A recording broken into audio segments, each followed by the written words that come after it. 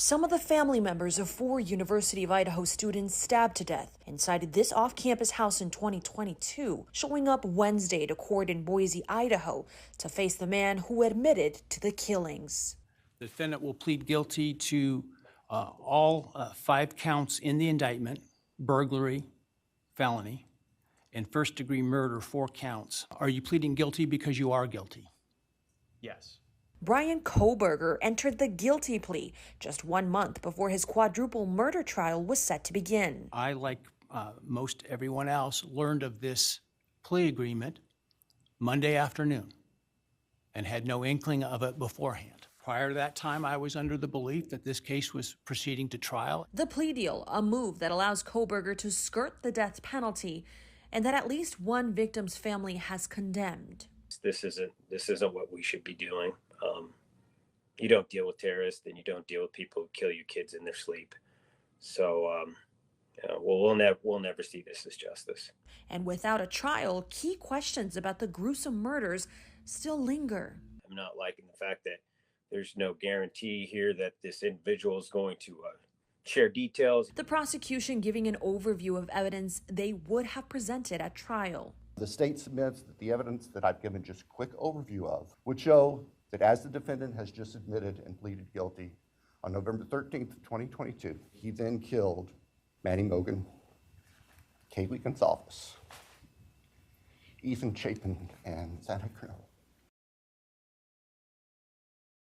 I sentenced the defendant to a fixed term of life imprisonment without the possibility of parole. Bryan Kohberger sat emotionless as the judge read his sentence. The 30-year-old former PhD student of criminology sentenced to life without parole for murdering 4 University of Idaho students in an off-campus home in November 2022. No parent should ever have to bury their child.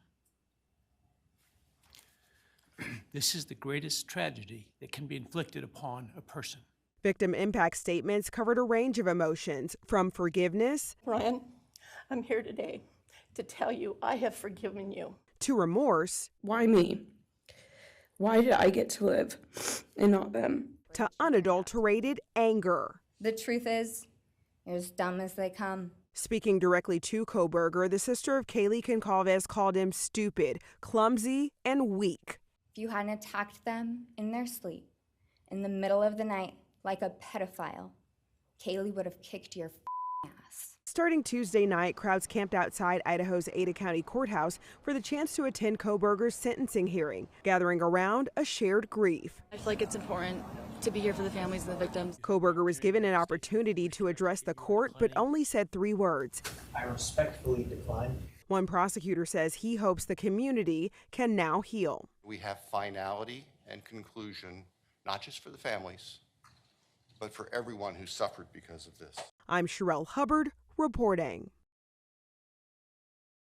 The truth is, the scariest part about you is how painfully average you turned out to be. The truth is, you're as dumb as they come. Stupid, clumsy, slow, sloppy, weak, dirty. Let me be very clear. Don't ever try to convince yourself you mattered just because someone finally said your name out loud. The families of the 4 University of Idaho students murdered by Bryan Kohberger gave powerful and emotional statements in Kohberger's sentencing hearing today. Criminal defense attorney Jana Spilborn joining us now to discuss. You just heard those comments there, Jana. Listening to these statements today, it was gut-wrenching. What was going through your mind, seeing and hearing from these families? It was hard not to be emotional just listening to these families, but I was really struck by a couple of things. First, how unemotional Bryan Kohberger was. He didn't blink, he didn't sniffle, he didn't shed a tear. He was a deer in the headlights. It's almost as if it were a performance, like he tuned these poor people out. And the other thing that really struck me is they were truly trying to do with their words to him what he did physically to their loved ones. And because he showed nothing, I feel like this poor family almost got smacked in the face by his lack of emotion. But the good news is in this case, the victim impact statements were not going to change the ruling. The sentence was going to be what it's going to be. So for the families and the friends who spoke, just getting it out hopefully brought them some sense of peace, because Lord knows they're not going to have an explanation as to what really happened to their friends and family members. Maybe never, but certainly not for a long time to come. I'm glad you mentioned that. Bryan Kohberger had the chance to explain why he targeted the victims. He declined. Could he ever make a statement?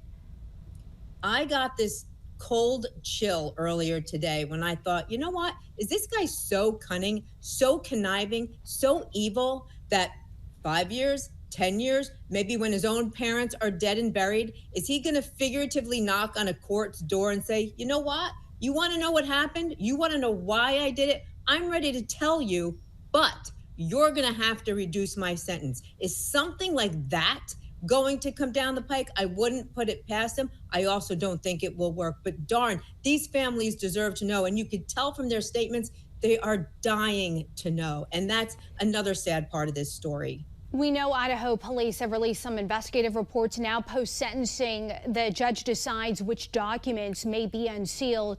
Do you think that based on that we could ever get a clearer picture of what happened? I know the judge already acknowledged that a motive may never be known. Yeah.